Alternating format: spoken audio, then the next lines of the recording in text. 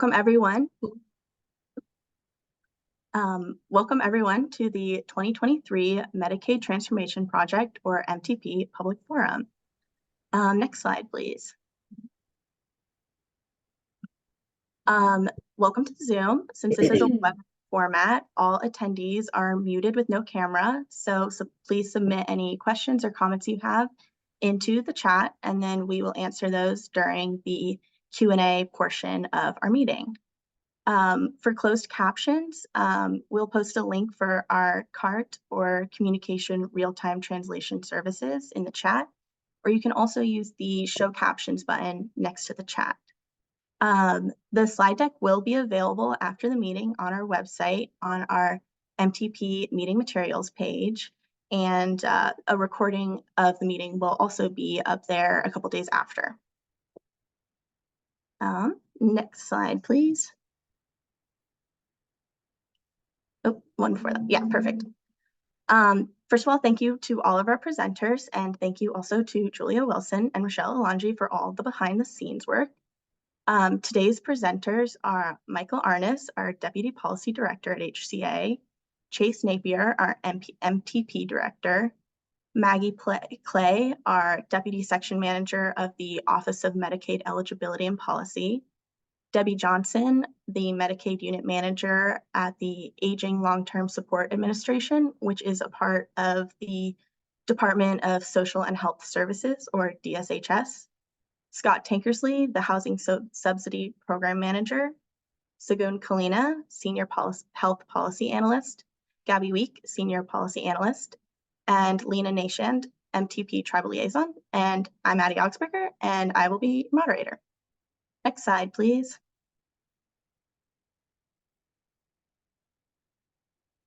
So today we will go over a quick introduction to MTP and then cover our MTP renewal, also called MTP 2.0.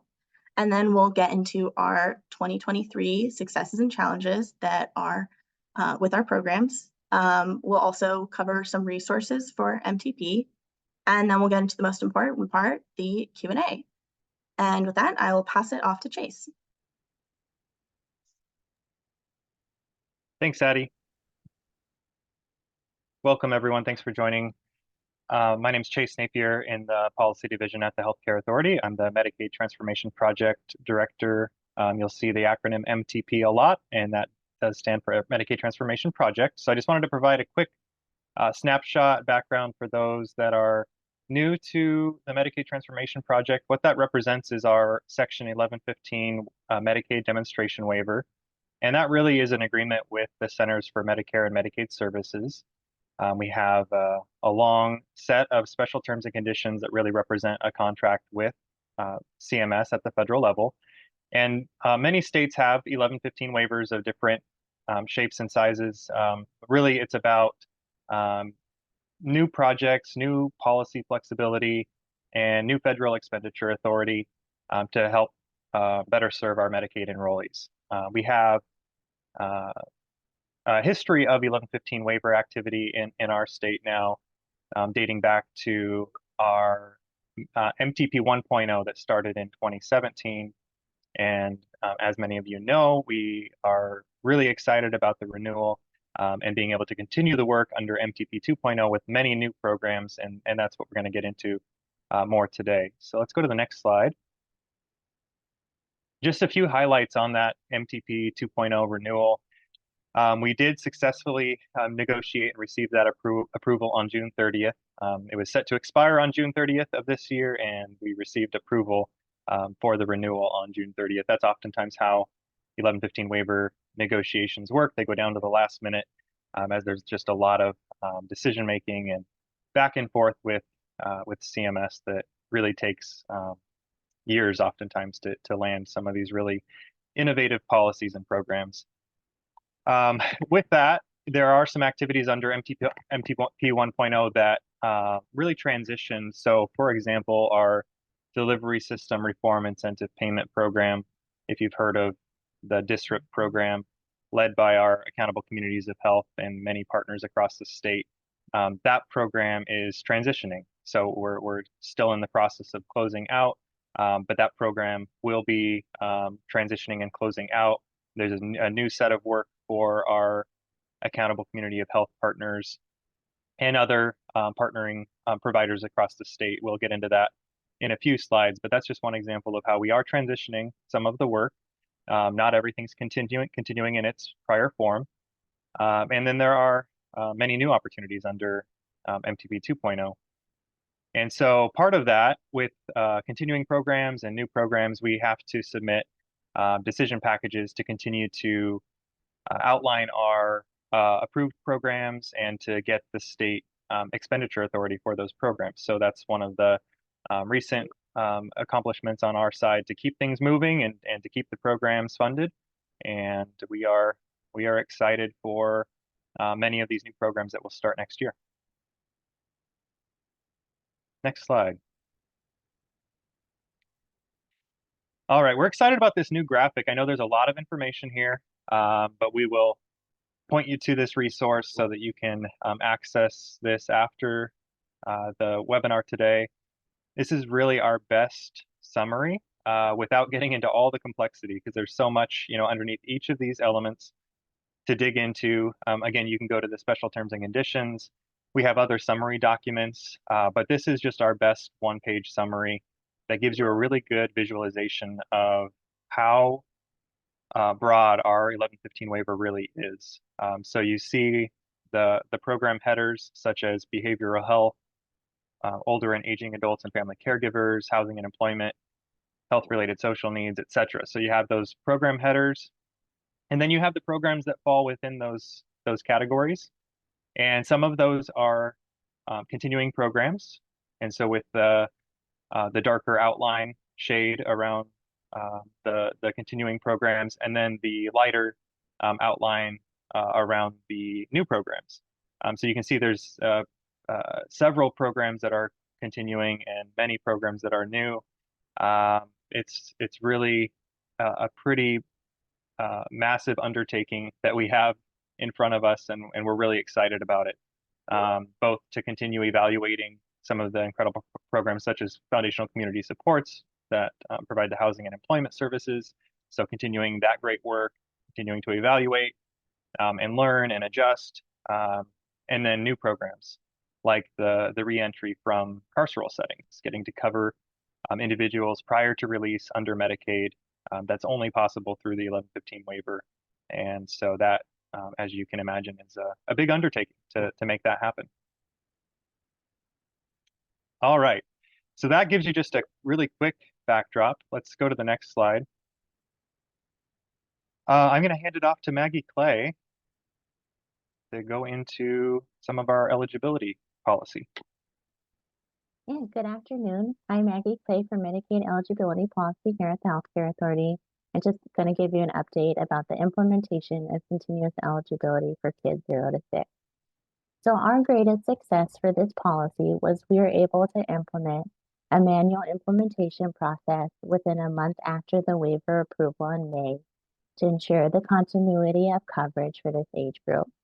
So as the agency began to unwind the maintenance of coverage provisions from the public health emergency, these children remained eligible, and since implementation, we have been able to maintain coverage for just about 40,000 kids.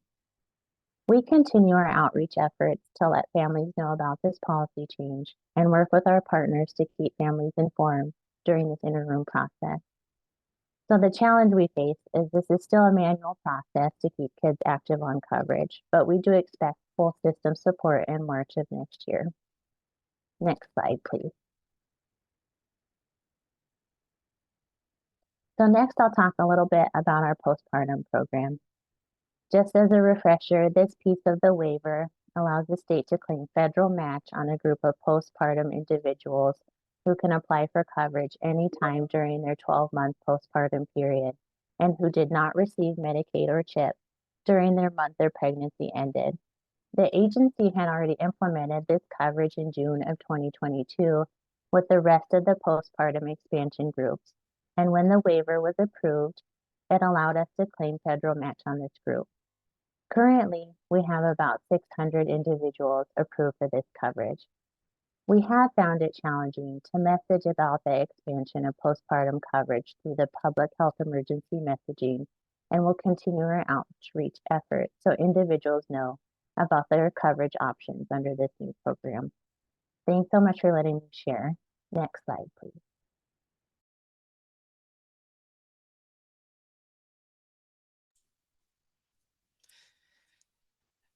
Good afternoon. This is Debbie Johnson from Aging and Long-Term Support Administration, and I'd like to share a little bit about some of our programs offered under the 1115 waiver. First of all, since implementation of the waiver, we've been providing services under Medicaid alternative care and tailored supports for older adults, or TSOA, since 2017.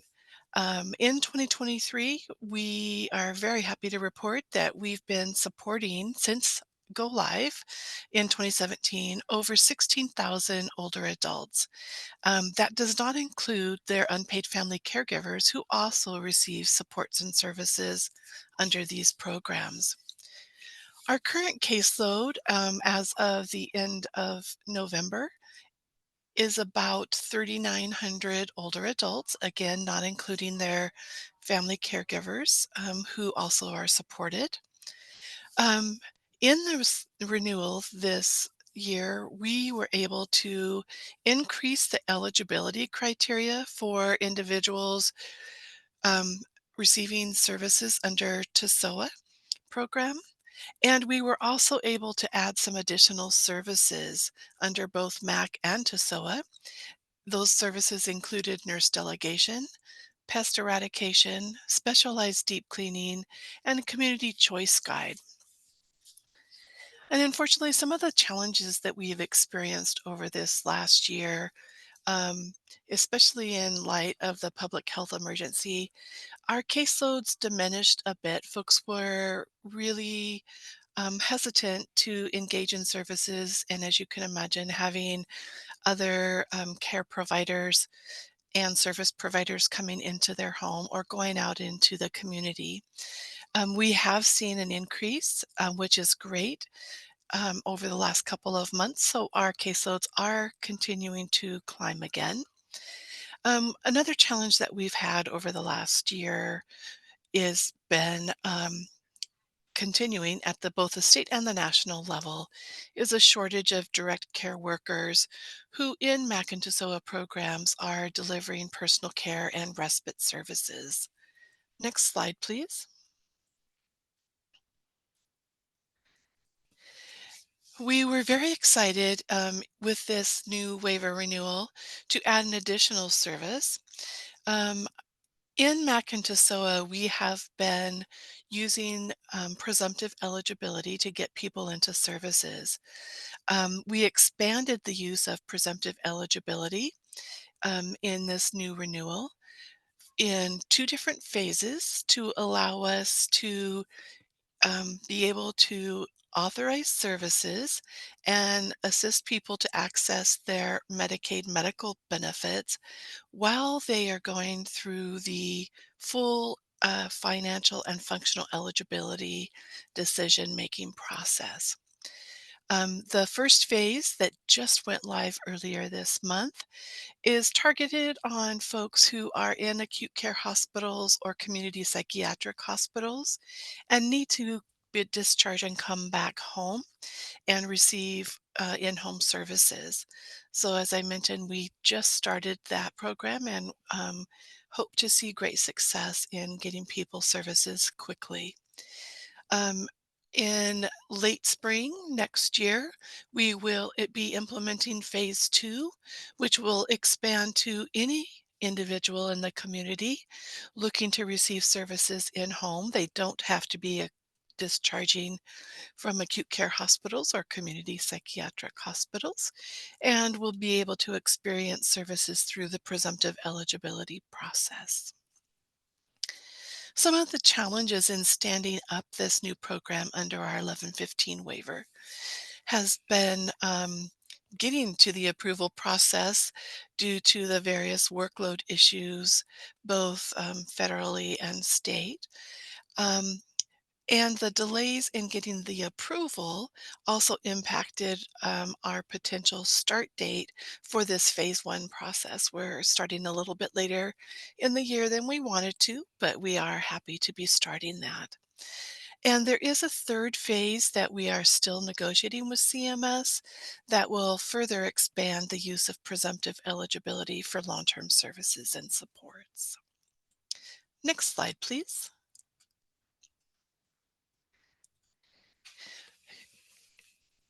In a moment, you'll hear a little bit more about foundational community supports. There are clients who are supported through our administration for both supported employment and supportive housing. So I'll share with you a little bit of data about the ALTSA clients who are supported under these programs. Currently, at the end of the summer, we were supporting over 1,200 ALTSA clients.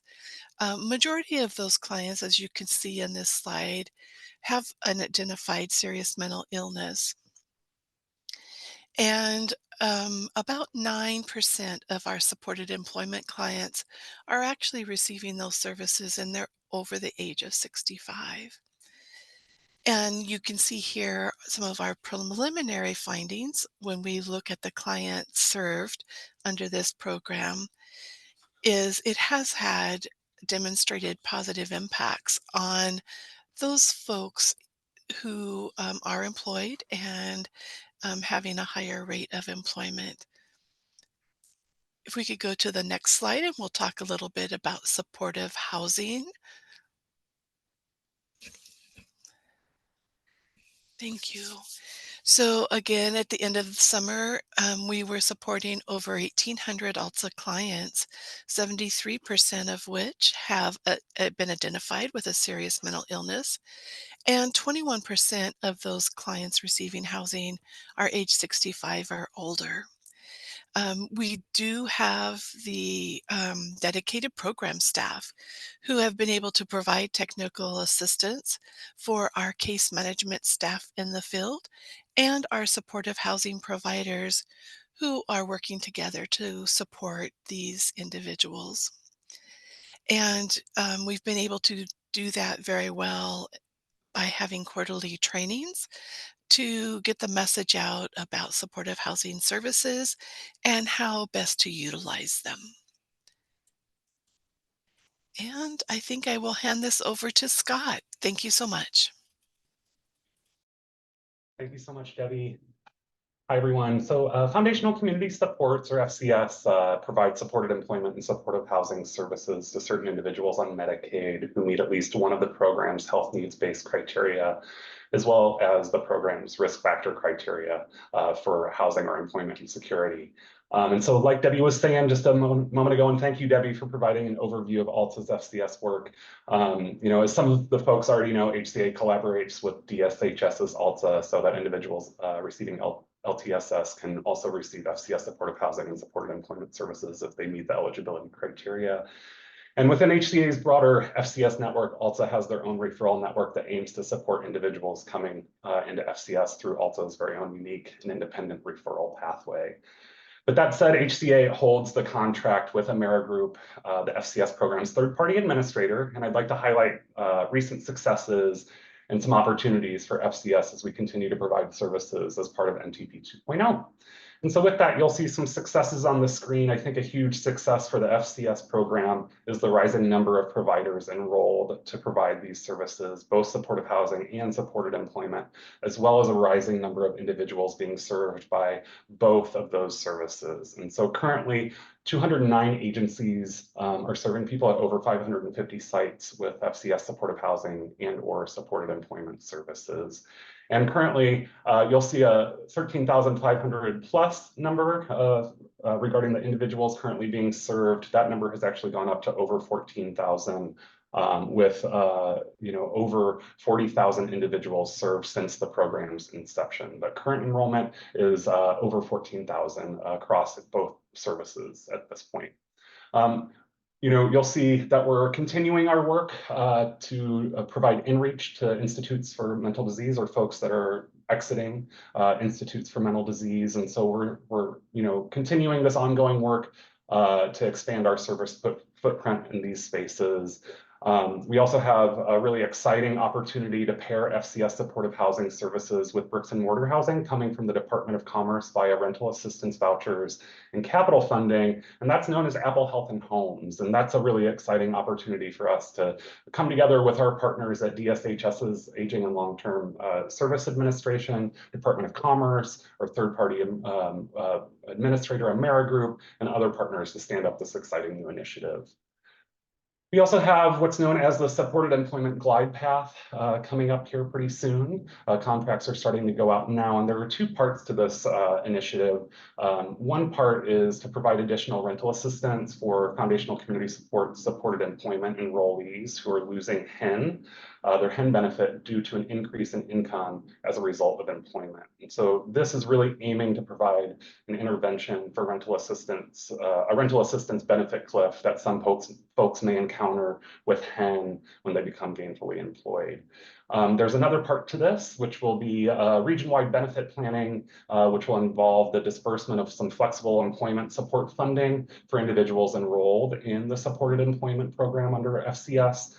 These funds are really aimed at reducing and removing those financial barriers to employment that some folks encounter as they take steps towards work. So these funds will cover certain costs like work clothes, certifications, etc. Another really exciting success is our upcoming implementation of our new age eligibility criteria under supportive housing only. As supported employment services are able to currently serve folks that are eligible or meeting the other eligibility criteria so long as they're 16 and up. Currently, our FCS supportive housing program is 18 and up, but we received approval from CMS to lower that age eligibility criteria so that we as a program can start serving folks who are 16 and 17 years of age here pretty soon. And so we'll be implementing that in the coming month or two. Another thing that we're aiming to implement pretty soon is, I don't really have a firm timeline for this yet though, is our 12-month service authorizations for FCS supportive housing. And this, again, only applies to FCS supportive housing.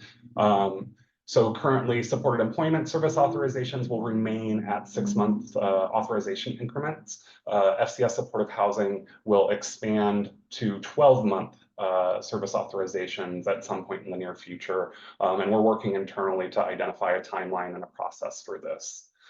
We also will be implementing some state funds that will allow us to expand some FCS services to folks that we may not be able to reach at times with the program. So, we receive these state funds to expand services. So we're working internally to identify the strategies for implementing this funding. And the amount seems to increase over time, which is exciting. And then I wanted to highlight some really great work that one of our third-party training and technical assistance providers that we contract with is providing for the FCS team across the state as we continue to work really closely with the Corporation for Supportive Housing, or CSH, to provide the Supportive Housing Institute and the Medicaid Academy. We really like to make sure that our provider network is able to best understand how to bill Medicaid and get set up for that, and that's exactly what those two modules, if you will, aim to do with the Supportive Corporation for Supportive Housing. Next slide, please. And this slide is going to... Hey, Scott. Hi there. Hey, Hi there. I'm so sorry to jump in. There is a request in the chat for you to speak just a little bit slower, if you could. Absolutely. Thank you so much. Thank you, sir. Yeah, of course. And thank you for highlighting that, whoever mentioned that in the chat. I appreciate it. So as far as challenges, which I prefer to frame as opportunities for the program, we have gotten some feedback from our provider network that certain local funding sources and others may make it difficult to understand the difference between supplantation and supplementation. And so as we go into communities and across the state to talk about how foundational community supports is meant to supplement folks who are providing services, not supplant services that they may already be providing. We're really starting to step into what we mean by supplantation and are hoping to provide better clarity in that space moving forward. So keep an eye out for that in the future. We also have experienced a bit of variance in program implementation across counties and local governments, where in some areas, FCS has really caught on as a great new service and funding stream, and other areas haven't fully jumped in yet, but we're doing some pointed outreach and identifying reasons for respective jurisdictions and what their experience is, so we can investigate a bit how we can get FCS to be a bit more prominent in those areas. Also, we really always aim to support our non-traditional provider network to begin billing Medicaid for FCS service provision. And as I mentioned, we have Corporation for Supportive Housing, who provide quite a bit of information and support in becoming a Medicaid biller. But we are always looking to make improvements in that space. And so we continue to build materials and develop opportunities that support new non-traditional providers to come into our network and begin billing Medicaid for supportive housing and supported employment services. We're also aiming to streamline communication in relation to FCS program updates and guidance. And so we work really closely with our third-party administrator, AmeriGroup, to communicate upcoming program changes and updates.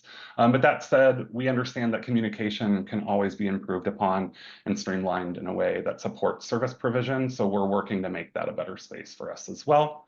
And then with the COVID-19 pandemic, and during that, we had to transition to some virtual trainings as well as fidelity reviews. And those fidelity reviews really help us ensure that services are being provided according to the evidence-based practices of individual placement and support for supported employment and permanent supportive housing for supportive housing. And with that, moving into and then out of the public health emergency has generated a bit of confusion about how trainings and fidelity reviews are hosted by the Healthcare Authority. And as we move back into more in-person events, we're recognizing that some virtual gatherings have good turnouts. And so we're walking forward with that knowledge, trying to provide the best modality, if you will, to provide trainings and fidelity reviews. But with that, I will step back and pass it to the next person. Thank you. Thank you. I'm Sagun Kolina, Senior Health Policy Analyst in the MTP team. There are two notable successes for the health-related social needs, HRSN services. The Taking Action for Healthier Communities TALK Task Force, made up of representatives from ACHs, MCOs, and state agencies, continues to work to shape the community hubs, including intersections with the reentry program and post-release support. The HRSN infrastructure protocol document was submitted for CMS approval. Once approved, this protocol will allow the state to release infrastructure investments to support ACHs, community hubs, and others involved in the HRSN service delivery. I'll pass this off to Gabby. Next slide, please.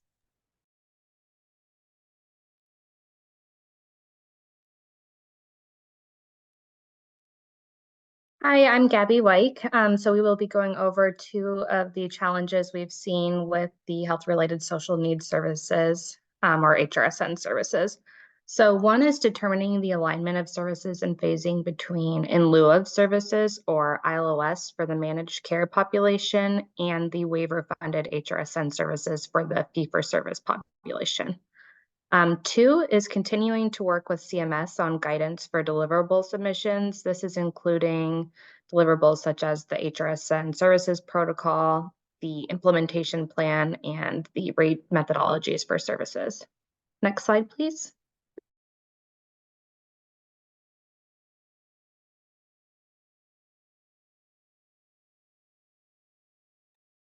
Hello, everyone. My name is Lena Nashand. I'm the tribal liaison for Medicaid, the Medicaid Transformation Project.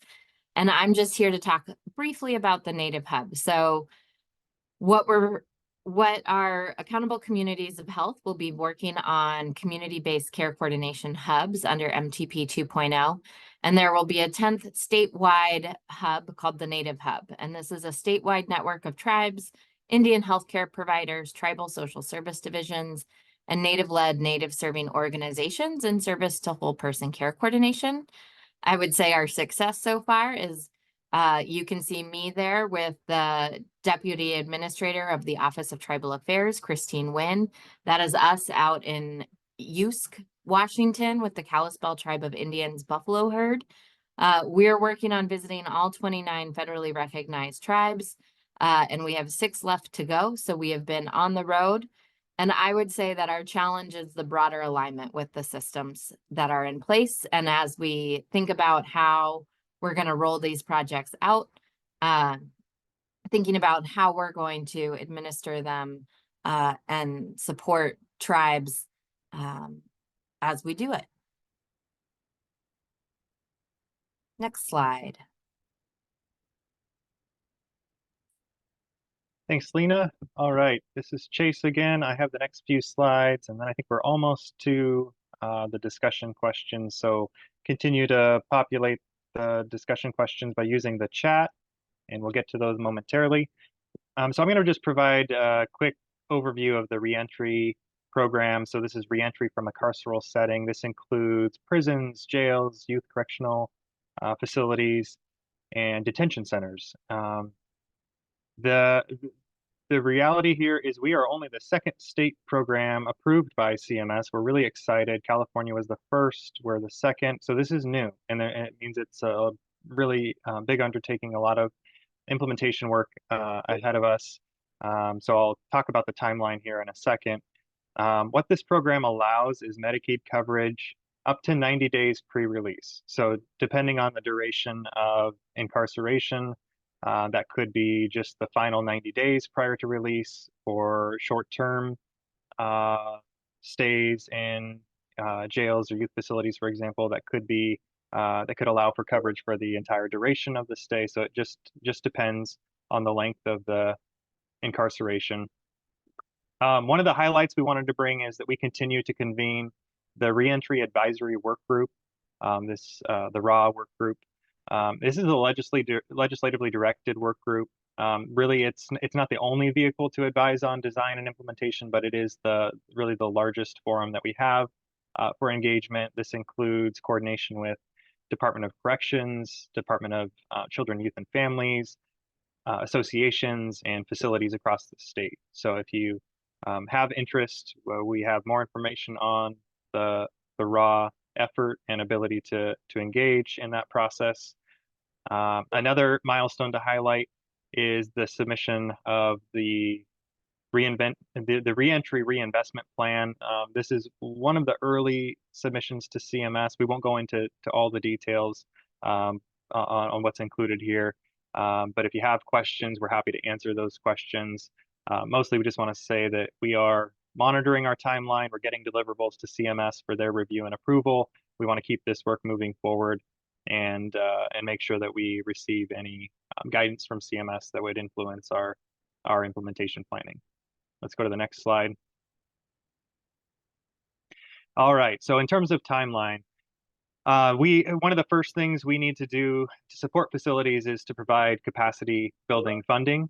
We do have roughly $300 million authorized for capacity building. This is to support all facilities across the state who are going to engage in the reentry effort. And really, this is about readiness. So this is about infrastructure investments and workforce onboarding and training, and all of the policies and procedural work to implement new services that are included in this reentry benefit package for the 90-day pre-release window. There is going to be an application process, so we're working through the design and the parameters for that application process for facilities to say, yes, we want to engage, we need capacity funding, and then to commit to the work ahead over the next several years. And there will be several phases of funding anticipated. We'll have a lot more detail in the near future, in the coming months, because we do want to start this process in the spring of 2024. So obviously there are many, I mentioned the complexity and the undertaking we have here on this new program. There's a lot of work happening, a lot of benefit design work, a lot of system changes that are going to be needed, a lot of design on what care management looks like, pre-release and post-release, including enrollment for managed care enrollees and the fee-for-service program, and how to support facilities, not just capacity funding, but how to support with technical assistance, Medicaid billing. I mean, many of these facilities, this will be a new process, so we want to provide the support that's needed. And then just, in terms of a look further ahead on the timeline, all of this we really hope will lead to implementation in 2025. Really thinking the first cohort, so the first set of facilities to come online with the minimum services under the pre-release benefit would be July 1, 2025. So that's our goal. And then there would be opportunities for additional facilities to come online with those minimum services over time after July 1, 2025, as they're ready to do so. So it's going to be, you can see this is an extended timeline for implementation, but a lot of that does allow for that capacity building process. So we anticipate approximately July 1 of 2024 through July 1, 2025 for at least 1 year of readiness for the first cohort to receive capacity building funding. That funding could continue on, but we know that we need roughly around a year to support facilities with that capacity building. We're not expecting facilities to be able to come online immediately without a pretty good runway and funding support. Next slide.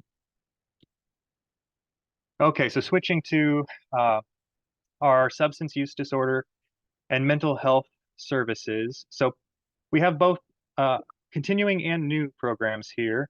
So continuing from our first waiver is our IMD waivers. So institutions for mental diseases, IMDs, we had a waiver under our MTP 1.0 that is continuing. And so IMDs are facilities dedicated to psychiatric care that have more than 16 beds.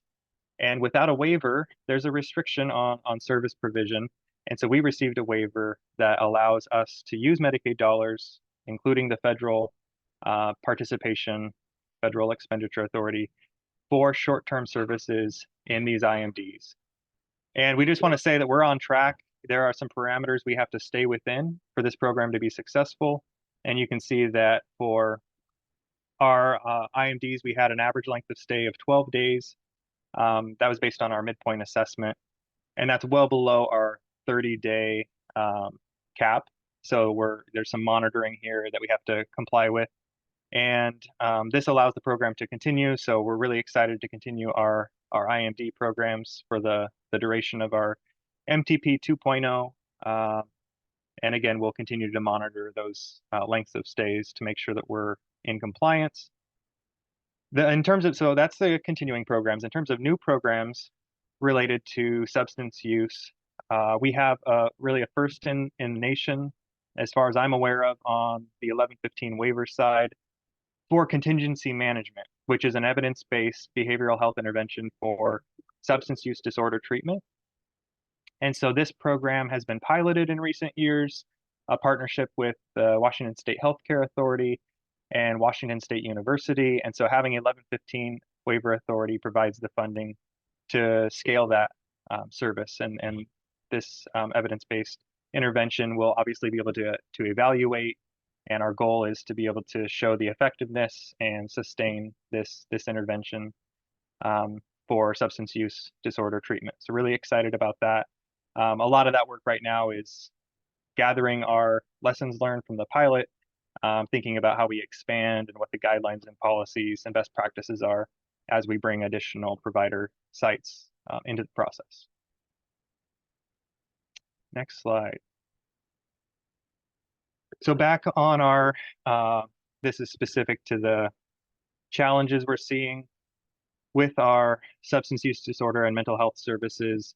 So obviously, I think we're all aware of the workforce shortages and the impact that has on access and services. So continuing to see that and do what we can to think ahead on the workforce availability and workforce pipeline. Also related capacity and infrastructure, for example, electronic health records, having the necessary infrastructure to improve quality of care and access to information and information sharing. All of that is really important in terms of continuity of care between settings, between providers. And then also improvements such as provider guides and bed tracking. And a lot of these system changes just take time. So we continue to work on all of the necessary improvements. But yeah, I mean, just to note that we're dealing with some of the capacity constraints and system change delays that do take some time. Next slide. That might be, yeah, I think I hand it back to you, Addie.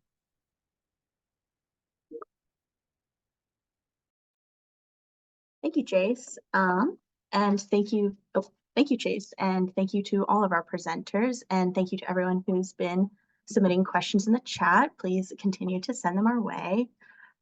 Before we get into the Q&A, we have some resources for MTP. We have a section on our website dedicated to all things in MTP. On it, you can find the MTP renewal page, which has our acceptance letter and our full application. The MTP 2.0 FAQ goes into more details about the programs we covered today. And finally, we encourage you to sign up for the our GovDelivery email list so you can receive updates on all of our MTP efforts. Okay, let's get into our Q&A.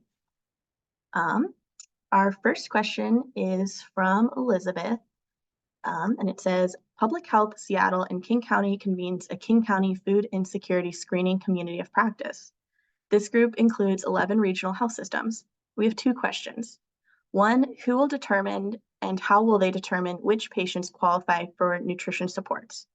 How will food vendors be determined to fill meals and groceries for patients? And later, Max has a similar question about the rollout of nutrition services. So Mary Franzen, our MTP connector, is going to cover those two questions. Thank you, Addie, and thank you very much for the questions. There's been a lot of interest in a number of the HRSN services. So there's a list of services approved under the waiver. Nutrition supports has garnered a lot of interest, and we are, working toward the implementation plan on that. So I'm going to try to take these questions in order. The first question is, who will determine if patients qualify? I think the WHO for nutrition supports, as well as a lot of our HRSN services, the WHO of the determination and the screening is going to depend a lot on where the individual first interacts with the support network. I mean, it could be in the primary care physician's office. It could be an interaction with a community hub or the native hub. It could be an interaction with a different service agency. So I think the WHO is really, where are we reaching this person who may be in need of services? The how, there are various screening tools in place. We are working toward, I don't want to say one screening tool, but we are working toward a set of approved screening tools. As far as having it be waiver funded, CMS has laid out certain criteria that we have to follow in the special terms and conditions. And I think one key difference in what is being laid out in the special terms and conditions from CMS is there needs to also be a medical component to this. I think for some services and for some screening for food insecurity may qualify this person for the service. At least in the case of the HRSN services, as CMS has approved them, it would be food insecurity plus certain chronic conditions. It's laid out in detail in the special terms and conditions. How will the vendors be determined for groceries and culturally appropriate foods? I think that is where we turn it over and work very closely with the people on the ground who are delivering the food and delivering the service. Again, I know a number of the managed care organizations have pilot programs and nutrition supports in place, very locally based. I know the ACHs have the deep local connections as well. So I think that is something that as we put together the implementation plan going forward, that is something that we put much more in the hands of the local partners. And I'm glad you brought that up, because we need to make sure that there are provisions for culturally appropriate food and that it is worked into our implementation plans. And I think the other question was about the timing. Am I right about that, Addie? The timing of rolling out that particular service? Yes. Okay, thank you. Yeah, the timing is still being determined. We are working on various protocol documents for CMS. I know there's a question about protocols as well. It's a very extensive list. It's a wonderful list of HRSN services, but we're well aware that we cannot implement everything everywhere all at once. Everything on day one is not really feasible. So we are evaluating the various services for feasibility and for timing. And we have yet to figure out exactly when that service will be launched. But, it is in the hopper and part of our work going forward. And we'll be in touch and let people know as we figure out the timing on that one and the others. There's about 10 on the list.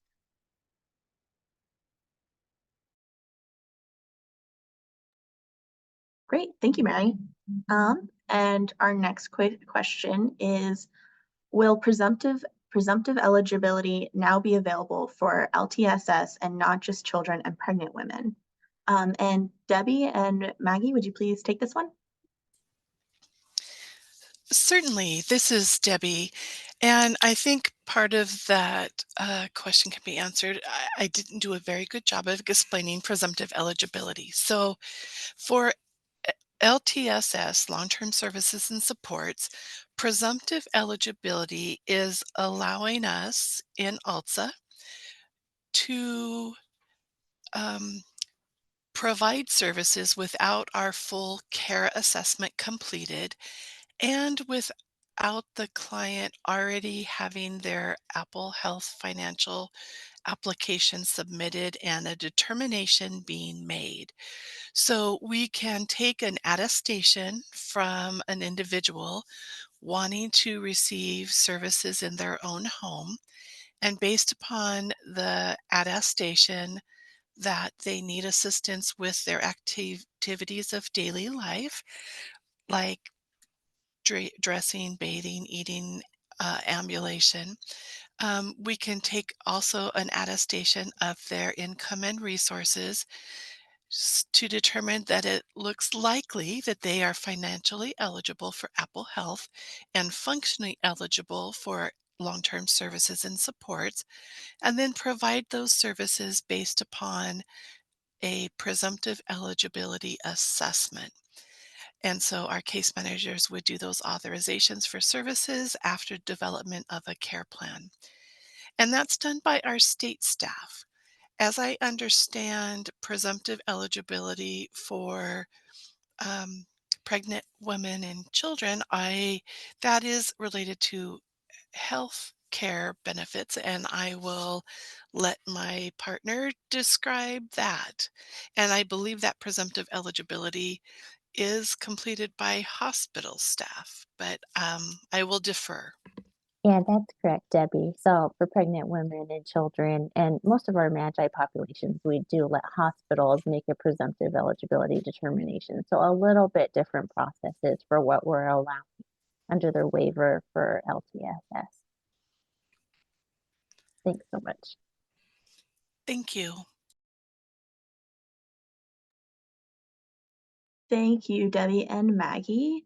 And our next one is, I think, also for Debbie and Scott, and it's similar. And sorry, I'm scrolling through the chat. What is presumptive eligibility? Is it only in relation to services for older adults? Do you need to have a AmeriGroup to access FCS? So this is Debbie. I'll take the first part of that question. And this presumptive eligibility for LTSS is the new section of presumptive eligibility for LTSS is for anybody interested in receiving home and community-based services through ALTSA, age 18 or older. Unlike receiving presumptive eligibility for the Medicaid Alternative Care MAC and Tailored Supports for Older Adults to SOA programs that we've been operating that uses presumptive eligibility, those two programs are for older adults and their unpaid family caregivers.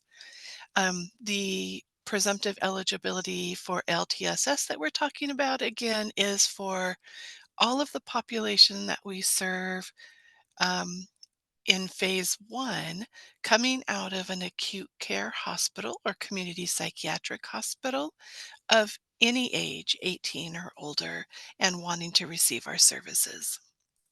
I hope that clarifies. And thank you, Debbie, for covering the first part of that question. I'll take on the second part. This is Scott Tankersley with the FCS program, or Foundational Community Supports. And so regarding the FCS portion of your question, Cheryl, AmeriGroup is the third-party administrator for Foundational Community Supports. And so AmeriGroup can authorize any individual who's a Medicaid beneficiary, who's receiving federal Medicaid, who's also meeting the FCS program's eligibility criteria. They do not need to be solely enrolled under AmeriGroup's managed care plan to access Foundational Community Supports.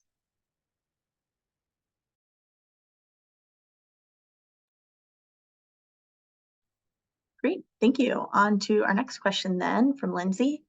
Could you explain the difference between ILOS funded and waiver funded? And Chase, would you please take this one? Yeah, thanks. So in our waiver, we mentioned the health-related social needs services. Some of those services require waiver authority, meaning there really isn't an option for in lieu of services, and those are the services that have what they call the room and board component, our rental subsidies, the short-term post-hospitalization called medical respite. So those actually require waiver funding. So that's one part of the answer. There's no opportunity to do those as in lieu of services. What in lieu of services is, it's part of the managed care regulation that allows managed care organizations to offer alternative services. They're optional to their members, and they're actually optional to the plans, to the managed care organizations. But they're intended to be alternative services for other covered services. So basically, if you can provide medically tailored meals to avoid more intensive services or hospital stays, or other kind of reactive healthcare services, this in lieu of services authority allows managed care organizations to make that determination that those and for, well, once the state has approval, for the managed care organizations to be able to offer those services as alternative services. So the reason we're talking about both is because we want to allow managed care organizations for their members to offer those services to the greatest extent possible. So where we can, for the managed care population, using that authority, as it doesn't require waiver funding, it's part of how managed care organizations navigate benefits and services for their members. And then on the waiver side, we want to be able to offer the same set of services for the fee-for-service population. So we have to have the waiver authority to offer something like medically tailored meals for the fee-for-service population, which then means we have parity between what's offered for fee-for-service and managed care members. So it's yeah, so that's what we're doing. And we mentioned there's a desire to have alignment there. So as we implement these new services, trying to do it in a really coordinated way between managed care and fee-for-service. And that is a challenge, but it's an opportunity for us to make sure that we're offering these consistent services across the entire Medicaid population, making sure that we're thinking about alignment based on what the members will experience, what the partners providing the services will experience in terms of contracts and rates and things like that. So It's a great opportunity to be able to use both of those authorities, but adds a little bit of coordination needed. Great, thank you, Chase. Our next question is from Madeline. When are the protocols expected to be finalized by CMS in regard to guidance for health-related social needs services and community hubs, as well as are community hubs or ACHs expected to have a role related to reentry programs and services? Mary, would you please take those questions? Sure. The first question, protocols expected to be finalized by CMS. I can speak first to the schedule that the Healthcare Authority is following. Part of a requirement of the special terms and conditions is we have to submit protocol documents related to the HRSN services. Protocol related to infrastructure, which releases some funding, and then also the HRSN services protocol, which describes the services. We split these submissions into two. Actually, they're both due later this month. We submitted the infrastructure document on November 1st. We are in the final stages of working on the services protocol document. I know that does not answer the question of when will they be finalized by CMS. Unfortunately, we do not have a firm answer to that. The way these things usually go is you submit something to CMS, CMS gets back to you with questions and comments, there's a little back and forth, you provide additional information if they need it, and then you get the final approval. We have not yet had that first back and forth conversation. So the timing is really hard for us to predict. Part of the reason we get things in ahead of time is that gets us in the queue and that moves us forward a little bit faster. So I wish I could give you a firm answer about when the protocols are expected to be finalized, but I'm afraid I just don't know the answer to that one right now. And then are the community homes or ACHs expected to have a role related to reentry programs and services? Yes. You know, we tend to, when we look at the special terms and conditions and we think about the big initiatives of the waiver, we think, oh, there's HRSN services and there's reentry services. But of course, we don't want to create silos and have these things be implemented separate from each other. So yes, I think it is reasonable to say that it's an expectation that there will be some role in the reentry programs and services as the special terms and conditions are written. It's not a requirement, but it seems like a logical idea to pursue as we move forward with implementation. I don't know if Chase wants to add anything about the reentry half of this question, but that's the answer I have. Thanks, Mary. I'll just say that one of the services that we can provide under reentry is navigation and the navigation as we plan for the transition back into the community. Not just the clinical care management, but the social coordination. I think it's just labeled as community health worker services, but we all know that can fall under many different categories, different definitions. But we do have the authority to do that. And so I think that, Mary, is your point, that there's a pretty clear intersection there to explore on what role could community hubs play, which are 100% intended to support that community outreach and navigation and referral support.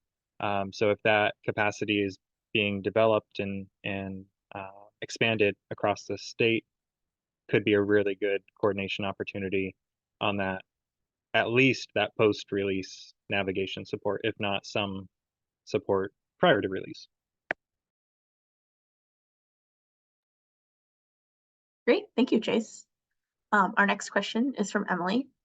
Will the application process for reentry supports be for carceral facilities only? Wondering about tie-ins with service providers in the community who support HRSN of formerly incarcerated people during reentry and reintegration into the community. Chase, would you take that one also, please?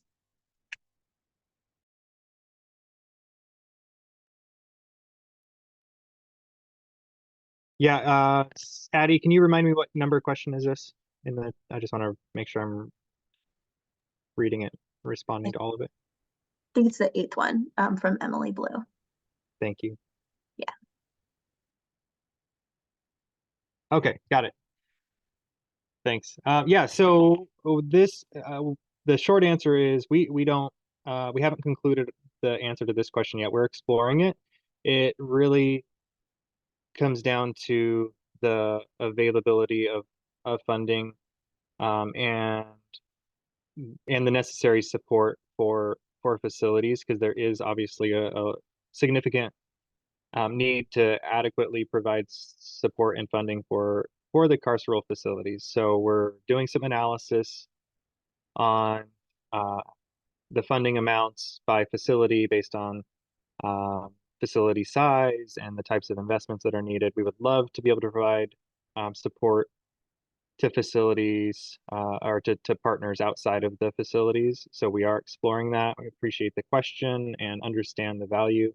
And then just the other thing I would say is that the health-related social needs services, we also have some infrastructure funding on the health-related social needs services separate from the reentry capacity funding we talked about. And obviously those two things are related. So if not under the reentry capacity funding, there is some funding under the health-related social need services infrastructure. And that's what I think Sagun or Gabby highlighted around the infrastructure protocol that we submitted that will allow us to move funding to support community hubs and ACHs and other partners who are going to be involved in the health-related social need services.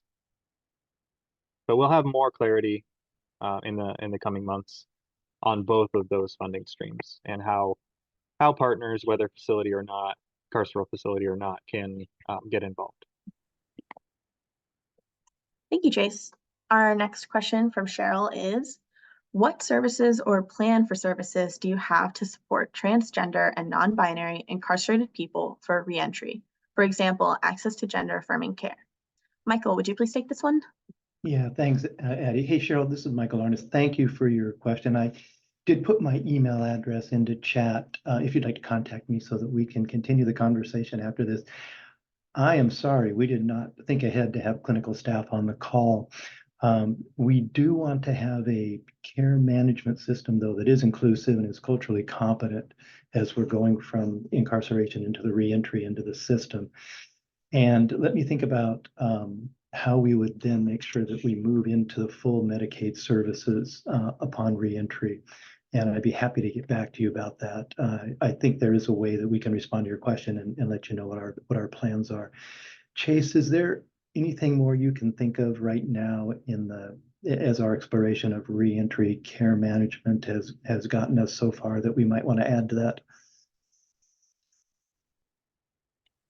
No, what you framed up, Michael, is exactly where my mind was going. But I think we can also talk to some of our clinical staff and leadership and see what can be done in facility. But yeah, I think thinking about some of the minimum benefit provisions, but also being really cognizant of post-release and getting to full Medicaid. Yeah. Yeah. Thank you. Yeah, sure. Please contact us. We'd like to have this conversation with you. Thanks, Addie. Thank you, Chase. Thank you, Michael. Cool. Our next question is from Chelsea. Related to nutrition supports and food as medicine programs, what role will electronic health records play in the referral process? Will there be funding to develop electronic referral pathways with CBOs? Mary, would you please cover that one? Sure, thanks, Addie. Thank you for the question. I'm going to answer it in a slightly broader scope than electronic health records, because you also talk about electronic referral pathways. I'm going to go back to a response Chase was giving a few questions ago about the HRSN services infrastructure funding. That's the protocol that we've already submitted to CMS that will unlock infrastructure funding. And that's the sorts of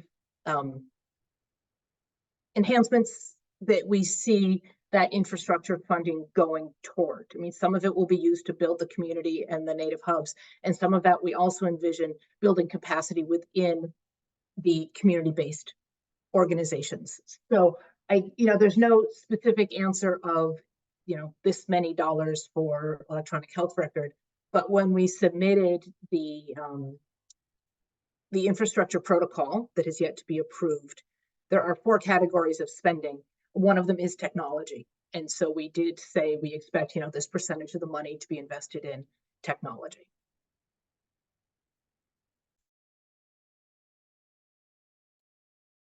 Great, thank you, Mary. Our next question is from Deb. What is the process for tribes to provide and get reimbursed for FCS services? Scott, would you please take this one? Absolutely. Thank you, Addie.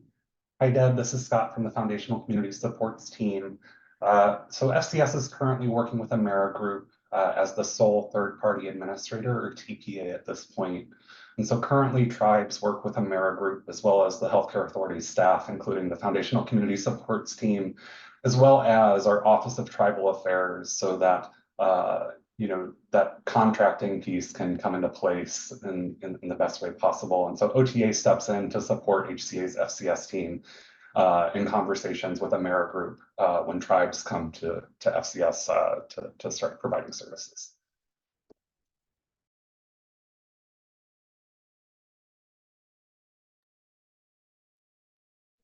Great, thank you, Scott. Our next question is from Elise. As a nonprofit organization, we received 1115 waiver funding and hope to under the new MTP 2.0 program. Can you please clarify what programs this waiver will support? Community health workers, cultural health navigators, doula program services? And Chase, will you cover this one, please? Yeah, sounds good. There are many programs included, but I do think I understand the focus of the question. Related to the type of work that the Accountable Communities of Health led, I mentioned earlier that the delivery system reform incentive payment program is transitioning. So a lot of the delivery system improvement, kind of the clinical quality improvement and performance-based programs are transitioning out. But the work with community-based organizations and community health workers, community-based care coordination, or however you want to talk about the navigation and the referral system, that is expanding. So that body of work is expanding. So that's really the way we think about it, is kind of a transitioning out and then an expansion of the work that started more on the health-related social connectivity side. So yeah, the community health workers, community hubs will be implemented by the ACHs. It's actually one of the service categories under the health-related social needs services framework, and that will allow for payment for community health workers, other definitions of community-based workers. We're not trying to be too restrictive, and are working with the ACHs on those standards. So a lot of those partnerships will continue and will expand. And then there are obviously other service categories. When we talk about that community hub service and support for community health workers, that's really meant to be a general navigation and referral support for a variety of services, and could help with connectivity to a variety of services depending on the needs that are identified. And then there are more specific targeted services like food and nutrition supports, housing supports. There are several others. I know we have a question on this in a second. Maybe I'll just address that now. So in terms of the types of services related to primarily housing and nutrition, that is true. Many of the services are related specifically to housing and nutrition, but we have others. We have a list we can link to, caregiver respite, providing relief for caregivers, some of the supports that are like the short-term post-hospitalization. It's a type of housing service, but it's a little bit different than our rental subsidies and our one-time transition costs. So there are a few others. In terms of why the list is what it is, there's a framework that CMS has developed, and they've honestly developed it as they've been approving waivers with a few different states. And I'll find the link. We'll probably follow up with that, but there's a link to the CMS framework on the health-related social needs. Our list is actually broader than than the list that they've put out. And so states can, pursue other approvals. But the reason I say ours is broader is that I think it's unclear if CMS will continue to approve new services and new service categories. They're really focused on alignment across states. Precedent means a lot when they approve a set of services for one state. It means a lot in terms of what other states can and cannot get approved. So we actually feel pretty excited about the list of services that we got approved. Like I said, it's a little bit broader than what we see from a few other states with recent 1115 waivers, and it's a little bit broader than the list that CMS has put out there for states to consider. I think probably the most helpful thing will be to take a look at our list of services that was approved, take a look at the CMS framework, and that will help to fill in the gaps that I haven't addressed.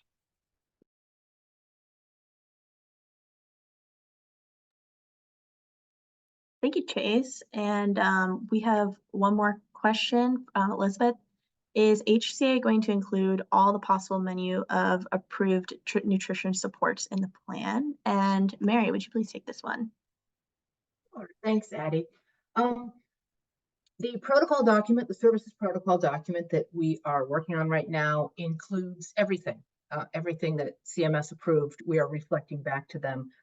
I anticipate that when we are getting to the implementation plan, which includes more detail, we probably will. I mean, we haven't put that together yet, but it seems likely that we will include all the possible menu of approved nutrition supports. And for those of you maybe who haven't looked at these special terms and conditions, there's some pantry stocking, there's medically tailored meals, there's some grocery delivered benefits, and each one has slightly different eligibility criteria.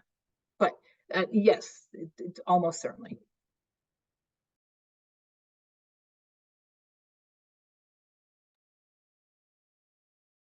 Great, thank you, Mary. And do we have any more questions? Where can we see the document of food support Mary was just referring to?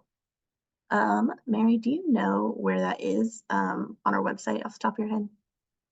Well, I know that I don't know it off the top of my head, but there's the list that Chase was referring to of the approved HRSN services.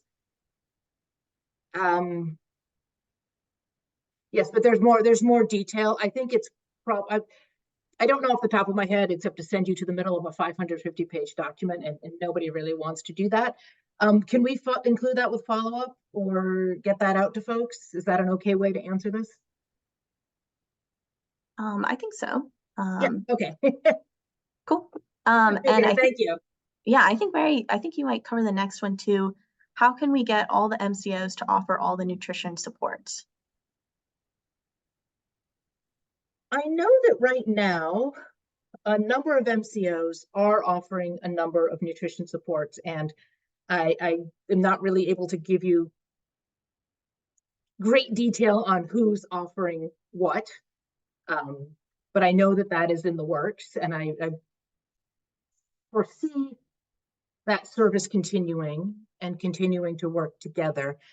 A question some time ago, someone asked about the difference between waiver funded services and ILOS services, which is ILOS is in lieu of service. For some of the approved HRSN services, we will be using waiver dollars for the fee-for-service population in Washington, and we will be working with the managed care organizations to develop an ILOS. Oh, thank you. Thank you for adding that detail, but United Healthcare. There will be a companion ILOS service also offered to people. So what we foresee going forward as we are rolling out this menu of HRSN services is really a partnership between the community hubs and the native hub, which are administered largely through the ACHs, and also the managed care organizations who have a different mechanism for offering the same service. It's complicated and in the weeds of healthcare policy to figure this out, and that's why we are all working together to figure it out. Healthcare Authority, Tribal Affairs, the MCOs and the ACHs. So that is our vision for nutrition supports, as well as the other services, to have a companion ILOS to go with the waiver funded, the waiver funded services as well.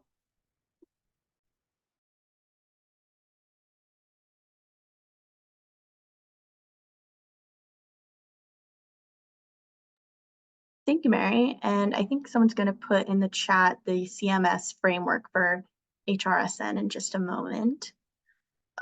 And Julia, will you go to the next slide, please? If we don't have any more questions, or if you have any follow-up questions, please reach out to us. We'd love to hear them. You can contact us at medicaidtransformation@hca.wa.gov. You can also visit our website. And we'd really love to hear any more questions you have or any follow-up questions. You can wait just a sec to see if anyone has any questions now. Otherwise, thank you for spending your afternoon with us, and yeah, have a great rest of your day. And thank you to all our presenters and everyone. Thank you, Thanks for the Addie. questions, everybody. Thanks, Addie.